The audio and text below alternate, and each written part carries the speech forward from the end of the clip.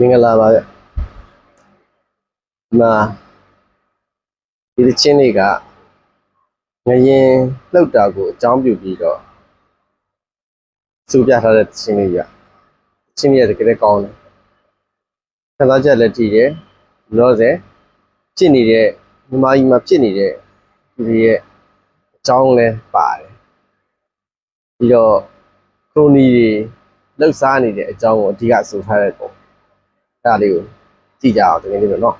ဒီလိုကြည့်ရမယ်18ရက်3လပိုင်းကိုတတိရဖို့လိုတယ်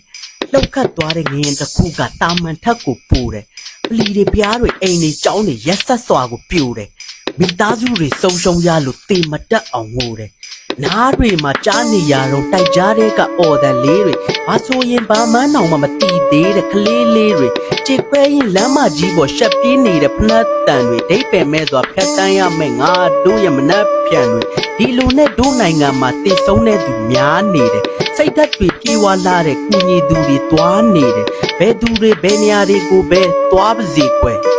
ဒီချိန်မှာငါတို့ကျိုးမြတ်ရဖို့ဆိုရင်တော့ဈေးကွက်ကစားနေမယ်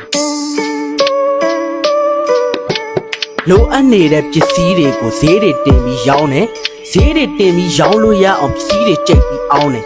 သူဘာပြောပြောဂူးမဆိုင်ဘူးငါတို့အိတ်တွေဖောင်းတယ်တောင်းမယ်ရောင်းမယ်ဖောင်းမယ်ဆိုတော့ငါတို့အတွက်တော့ကောင်းတယ်မင်း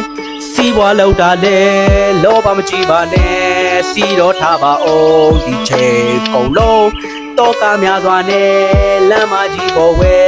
ဝမ်းနဲ့လို့ကြည်ကွယ်နေတယ်မင်းစီးပွားလောက်တာလေကိုတယောက်ထဲတော့ပဲ